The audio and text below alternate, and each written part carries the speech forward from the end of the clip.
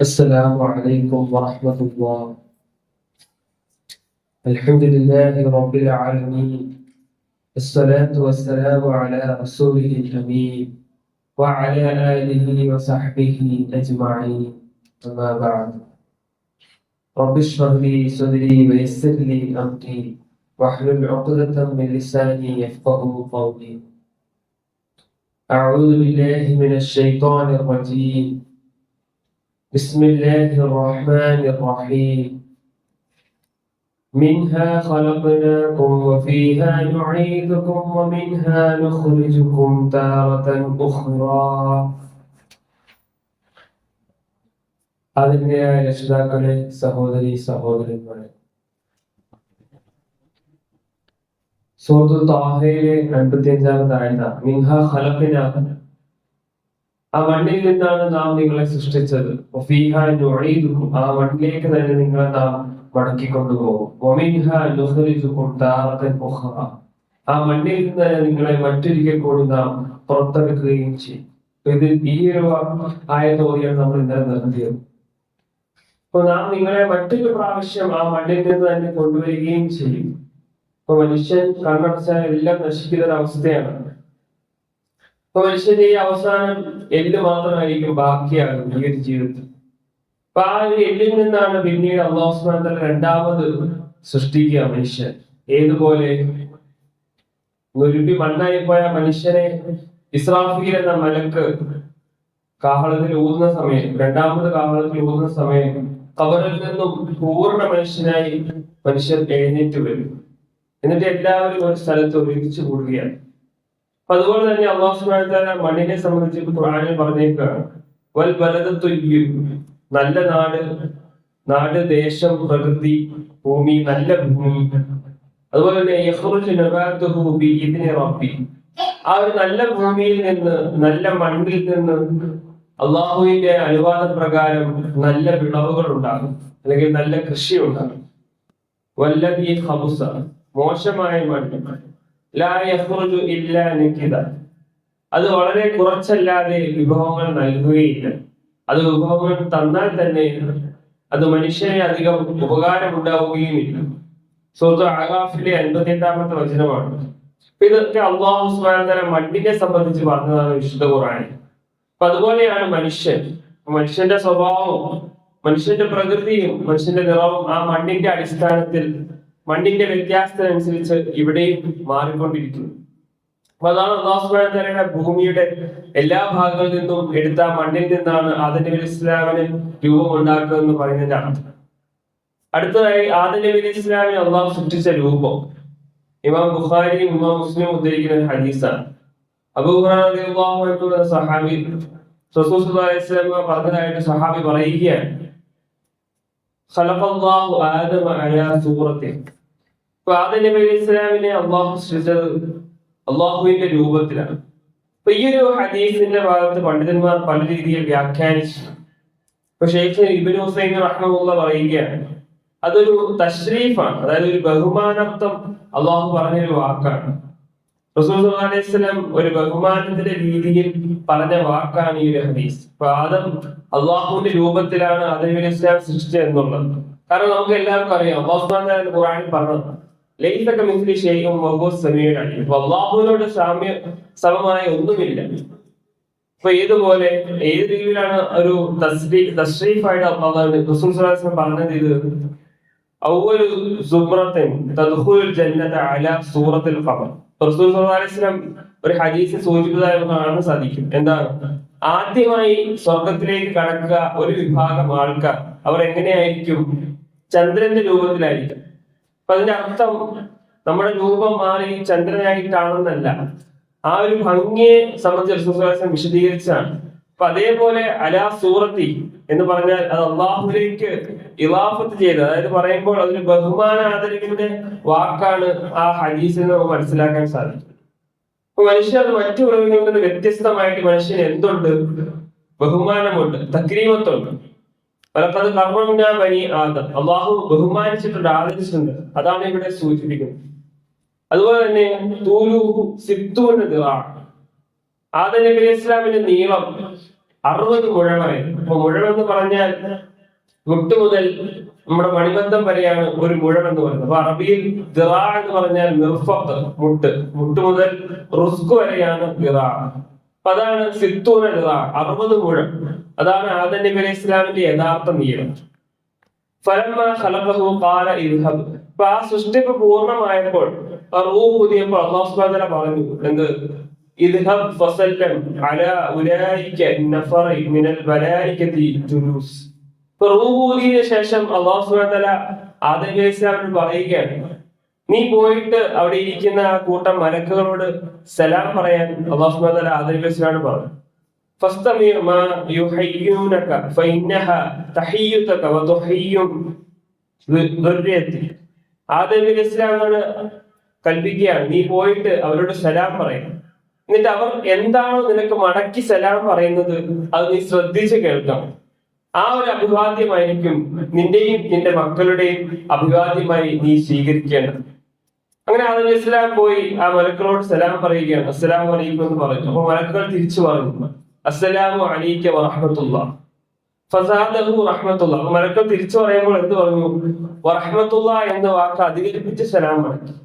അപ്പോൾ സലാം അവിടെ നിന്നാണ് തുടങ്ങുന്നത്. നമ്മൾ പറഞ്ഞുകൊണ്ടിരിക്കുന്ന ഈ സലാം അവിടെ നിന്നാണ് തുടങ്ങിയത്. അപ്പൊ ആ ഒരു വാക്കാണത്, അത്രയും ഗൗരവമുള്ള ഒരു വാക്കാണ് അസ്സലാമു അലൈക്കും വറഹ്മത്തുള്ളാഹി എന്ന വാക്ക്. അപ്പൊ അന്ന് അല്ലാഹു സുബ്ഹാനഹു വ തആല കൽപ്പിച്ച, ആദം നബി അലൈഹി ഇസ്ലാമിനെ സൃഷ്ടിച്ച അന്ന് അള്ളാഹു വെച്ചൊരു വാക്കാണ്. അപ്പൊ സലാം എന്നുള്ളത് നിന്റെയും നിന്റെ മക്കളുടെയും അഭിവാദ്യ വാക്കാണെന്ന് അല്ലാഹു സുബ്ഹാനഹു വ തആല അന്ന് കൽപ്പിച്ച വാക്കാണ്. അപ്പൊ അതിന്റെ ഗൗരവം നമ്മളൊന്ന് ആലോചിച്ച് നോക്കണം. അപ്പൊ അവിടുന്ന് പഠിപ്പിക്കപ്പെട്ടതാണ് ഈ ഒരു സലാം. അപ്പൊ ആ രീതിയിൽ തന്നെ നമ്മുടെ മക്കളെ ആ സലാമിന്റെ ഗൗരവത്തോടു കൂടി നമ്മളത് പഠിപ്പിക്കണം. അപ്പൊ ഇത് മറ്റു ഭാഷകളിലെ അഭിവാദ്യ വാക്കുകളായ ഗുഡ് മോർണിംഗോ നമസ്കാരമോ പോലെയുള്ള വാക്കല്ല ഇത്. അപ്പൊ ആ വാക്ക് അത് ശ്രദ്ധിക്കണം നമ്മൾ. മറ്റു ഭാഷകളിലുള്ള അഭിവാദ്യ വാക്കുകളുണ്ട്, അതേപോലെ അറബിയിലുള്ള ഒരു അഭിവാദ്യ വാക്കല്ല അസ്സലാമു അലൈക്കും. അതൊരു ദിക്റാണ്, അതൊരു ദുആയാണ്. അപ്പൊ ആ രീതിയിൽ തന്നെ നമ്മൾ വേർതിരിച്ച് നമ്മുടെ മക്കളെ പഠിപ്പിക്കണം. എന്നിട്ട് റസൂൽ സ്വല്ലല്ലാഹു അലൈഹി വസല്ലം പറയുകയാണ്, ഫകുല്ലു മൻ യദ്ഖുലുൽ ജന്നത അലാ സൂറത്തി ആദം. അപ്പൊ സ്വർഗത്തിൽ പ്രവേശിക്കുന്ന എല്ലാ ആൾക്കാരും, മുഅ്മിനീങ്ങൾ എല്ലാവരും സ്വർഗത്തിൽ പ്രവേശിക്കുമ്പോൾ ആദം നബി അലൈഹി ഇസ്ലാമിന്റെ രൂപത്തിലായിരിക്കും. അപ്പൊ അതാണ് മനുഷ്യന്റെ ഏറ്റവും സൗന്ദര്യമുള്ള രൂപം. മനുഷ്യന്റെ ഏറ്റവും സൗന്ദര്യമുള്ളതും ഏറ്റവും പൂർണ്ണമായ രൂപം ആദം നബി അലൈഹി ഇസ്ലാമിന്റെ രൂപമാണ്. അല്ലാഹു പറഞ്ഞു സൂറത്ത് തീനിൽ, ലഖദ് ഖലഖനൽ ഇൻസാന ഫീ അഹ്സനി തഖ്വീം. ഏറ്റവും നല്ല രീതിയിലാണ് അള്ളാഹു സംവിധാനം ചെയ്തത് മനുഷ്യൻ. അപ്പൊ ആ പൂർണ്ണ രൂപം ആദം നബി അലൈഹി ഇസ്ലാമിന്റെ രൂപമാണ്. അപ്പൊ ആ രൂപത്തിലാണ്, അതായത് 60 മുഴ നീളം ഉണ്ടാകും മനുഷ്യൻ. അപ്പൊ ആ രൂപത്തിലാണ് മനുഷ്യർ സ്വർഗത്തിലേക്ക് പ്രവേശിക്കുക, മുഅ്മിനീങ്ങൾ. എന്നിട്ട് റസൂൽ സ്വല്ലല്ലാഹു അലൈഹി വസല്ലം പറയുകയാണ്, ഫലം യസാലിൽ ഖൽഖു യൻഖുസു ബഅദുഹും ബഅദൻ ഹത്തൽ ആന. ആദം നബി അലൈഹി ഇസ്ലാമിനെ സൃഷ്ടിച്ചത് മുതൽ ഇന്നേ വരെ ഉള്ള മനുഷ്യരുടെ രൂപം ചുരുങ്ങിക്കൊണ്ടിരിക്കുകയാണ്. അപ്പൊ ആ ഒരു കാലയളവിൽ നിന്ന് ഇന്നേക്ക് ഈ ഒരു കാലത്തിലേക്ക് മനുഷ്യന്റെ രൂപം ചുരുങ്ങിക്കൊണ്ടിരിക്കുകയാണ്. അപ്പൊ നമ്മൾ ഇന്ന് കാണുന്ന ഈ രൂപം ഇതിങ്ങനെ ചുരുങ്ങി ചുരുങ്ങി വന്നതാണ്. പിന്നെ നാളെ ആഖിറത്തിൽ സ്വർഗത്തിൽ പ്രവേശിക്കുമ്പോൾ വമിൻഹാ നുഈദുകും വമിൻഹാ നുഖ്രിജുകും താറത്തൻ ഉഖറ എന്ന് പറഞ്ഞതുപോലെ പൂർണ്ണ രൂപത്തിലേക്ക് മനുഷ്യൻ എത്തും. അതായത് മനുഷ്യന്റെ അസലായ അടിസ്ഥാന രൂപം. ഇമാം മുസ്ലിം ബുഖാരി ഉദ്ധരിക്കുന്ന ഒരു ഹദീസാണ്. മറ്റൊരു ഹദീസിൽ ഇമാം മുസ്ലിം ഉദ്ധരിക്കുകയാണ്, അബൂ ഹുറൈറ റളിയല്ലാഹു അൻഹു പറയുകയാണ്, റസൂൽ സ്വല്ലല്ലാഹു അലൈഹി വസല്ലം പറഞ്ഞു, ഇത് ഖാതല അഹദുകും അഖാഹു ഫൽയുജ്തനിബ വജ്ഹു. അപ്പൊ നിങ്ങൾ ഒരാൾ നിങ്ങളുടെ സഹോദരന്മാരോട് തർക്കിക്കുകയാണെങ്കിൽ അല്ലെങ്കിൽ ദേഷ്യപ്പെടുകയാണെങ്കിൽ മുഖത്തടിക്കുന്ന ഒഴിവാക്കുക. അപ്പൊ മുഖത്തടിക്കാൻ പാടില്ല. അത് ഭാര്യയാണെങ്കിലും മറ്റു സഹോദരന്മാരാണെങ്കിലും തർക്കിക്കുന്ന സമയം, ദേഷ്യപ്പെടുന്ന സമയം മുഖത്ത് അടിക്കുന്നത് ഒഴിവാക്കുക. ആദമിനെ സൃഷ്ടിച്ചത് അള്ളാഹുവിന്റെ കൈകളാലാണ്. അപ്പോൾ മനസ്സിലാക്കുക, അതൊരു തക്രീമത്താണ്, ഒരു ആദരവാണ്. മനുഷ്യന്റെ ഏറ്റവും പ്രധാനപ്പെട്ട ഭാഗം ഏതാണ്? മുഖം. ആ മനുഷ്യന്റെ ഏറ്റവും പ്രധാനപ്പെട്ട ഭാഗം മുഖമായതുകൊണ്ട് എന്ത് ചെയ്യാൻ പാടില്ല? ആ ഒരു രൂപത്തെ, മനുഷ്യന്റെ രൂപത്തെ നിന്ദിക്കരുത്. ഇപ്പൊ മുഖത്തടിക്കുന്നത് ആ ഒരു രൂപത്തെ, ആ ഒരു വ്യക്തിത്വത്തെ നിന്ദിക്കുന്നതിന് തുല്യമാണ്. അത് അടിക്കരുത് എന്ന് റസൂൽ സ്വല്ലല്ലാഹു അലൈഹി വസല്ലം നമ്മളോട് പറഞ്ഞു കൽപ്പിച്ചിരിക്കുകയാണ്. അപ്പൊ മനുഷ്യന്റെ ആദം നബി ഇസ്ലാമിന്റെ ആ രൂപം കിട്ടി, അള്ളാഹു സൃഷ്ടിച്ച ആ രൂപം. അപ്പൊ ആദം അലൈഹിസ്സലാമിന്റെ സൃഷ്ടിപ്പ് നടക്കുന്നത് എവിടെയാണ്? സ്വർഗത്തിലാണ്. ഇമാം മുസ്ലിം വന്നിരിക്കുന്ന ഹദീസാണ്. ലമ്മ സവ്വറല്ലാഹു ആദമ ഫിൽ ജന്ന, സ്വർഗത്തിൽ ആദം അലൈഹിസ്സലാമിന്റെ രൂപം അള്ളാഹു ഉണ്ടാക്കിയപ്പോൾ, സവ്വറ സൂറത്ത് രൂപം ഉണ്ടാക്കുക. അപ്പൊ ലമ്മ സവ്വറല്ലാഹു ആദം ഫിൽ ജന്ന, സ്വർഗത്തിൽ ആദം അലൈഹിസ്സലാമിന്റെ രൂപം അള്ളാഹു ഉണ്ടാക്കിയപ്പോൾ എന്നാണ് ഹദീസ്. തറക്കഹു മാ ഷാ അല്ലാഹു അൻ യതറക, ആ രൂപം ഉണ്ടാക്കിയിട്ട് അള്ളാഹു അതിനെ അവിടെ ഒഴിവാക്കി, അല്ലെങ്കിൽ അതിനെ അവിടെ കൊടുത്തു. രൂപമുണ്ടാക്കി ആദം അലൈഹിസ്സലാമിന്റെ രൂപത്തിൽ അവിടെ വിട്ടു. എത്ര? മാഷാ അല്ലാഹ്, അള്ളാഹു ഉദ്ദേശിച്ച കാലം. അത് എത്ര കാലമാണെന്ന് റസൂൽ സ്വല്ലല്ലാഹു അലൈഹി വസല്ലം പറയുന്നില്ല. അള്ളാഹു ഉദ്ദേശിച്ച ഒരു സമയം വരെ സ്വർഗത്തിൽ അങ്ങനെ വിട്ടു. ഫജഅല ഇബ്ലീസു യുതീഫു ബിഹി, ആ ഒരു സമയം ഇബ്ലീസ് വന്നിട്ട് ഇങ്ങനെ അതിന് ചുറ്റും നടന്നുകൊണ്ടിരിക്കും. ആദം അലൈഹിസ്സലാമിന്റെ രൂപത്തിന് ചുറ്റും എല്ലാ ദിവസവും വന്ന് ഇതിങ്ങനെ നോക്കും. ആ രൂപത്തിന് ചുറ്റും നടന്ന് അതിങ്ങനെ വീക്ഷിക്കും. അപ്പൊ അതിന്റെ ഓരോ ഭാഗങ്ങൾ ശ്രദ്ധിച്ചു നോക്കും ഇബ്ലീസ്. യൻദുർ മാഹു, ഇതെന്താണ് സാധനം? അങ്ങനെ അത് അന്വേഷിക്കാൻ വേണ്ടി, അതിന്റെ പിന്നിലുള്ള രഹസ്യം അറിയാൻ വേണ്ടി ഇബ്ലീസ് എല്ലാ ദിവസവും വന്ന് ചുറ്റും നടന്ന് അതിനെ വീക്ഷിച്ചുകൊണ്ടിരിക്കും ആദം അലൈഹിസ്സലാമിന്റെ രൂപത്തിൽ. ഫലമ്മ റആഹു അജ്വഫ്, അപ്പൊ ആദം അലൈഹിസ്സലാമിന്റെ ആ രൂപം ഉള്ളു പൊള്ളയായിട്ട് കണ്ടപ്പോൾ, അതായത് ഉള്ളു പൊള്ളയാണ്, മനുഷ്യന്റെ ഉള്ളു പൊള്ളയാണ്. അപ്പം ആ ഒരു ഉള്ളു പൊള്ളയായിട്ട് കണ്ടപ്പോൾ അറഫ, ഇബ്ലീസ് മനസ്സിലാക്കുകയാണ് എന്താണ്? അന്നഹു ഖുലിഖ ഖൽഖൻ ലാ യതമാലക്, ഒരു സൃഷ്ടിയെ അള്ളാഹു സൃഷ്ടിച്ചിരിക്കുന്നു, ഒരു പുതിയൊരു സൃഷ്ടിയെ അള്ളാഹു സൃഷ്ടിക്കപ്പെട്ടിരിക്കുന്നു എന്ന് ഇബ്ലീസ് മനസ്സിലാക്കുക. ആ സൃഷ്ടിയുടെ പ്രത്യേകത എന്താണ്? അവർക്ക് അവന്റെ ശരീരത്തെ ഉടമപ്പെടുത്താൻ കഴിയാത്തില്ല, പൂർണ്ണമായിട്ട് നിയന്ത്രിക്കാൻ കഴിയാത്തൊരു വസ്തു ഇബ്ലീസ് മനസ്സിലാക്കുകയാണ്.